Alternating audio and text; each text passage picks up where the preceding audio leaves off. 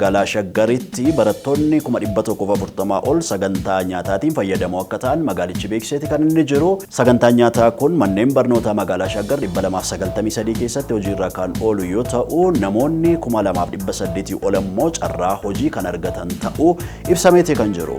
Hidhattoonni Al-Shabaab 130 ol ajjeefamuun ibsamee jira.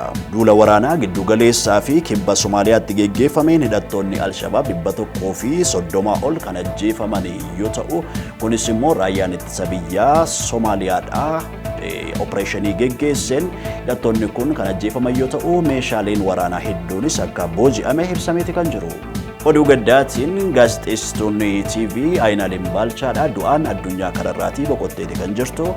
Ayinaalem waggoota 25f kan tajaajilte yoo ta'u, waggoota 15 ol sagantaa daa'immanii qopheessaa akka turte ibsamee jira.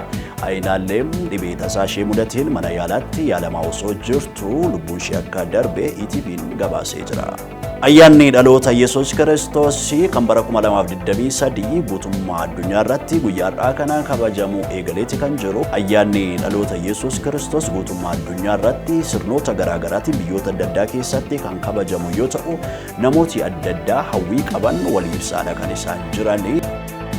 Abbaan qabeenyaa Ingilizii Sir Jim Ratcliffe qooda Manchester United 25 bitaniiti kan isaan jirani. Bulchiinsa kilabichaa fooyyessuuf ammayyeessuudhaaf fi doolaara miliyoona 300 akka baasii taasisan ibsaniiti kan isaan jirani.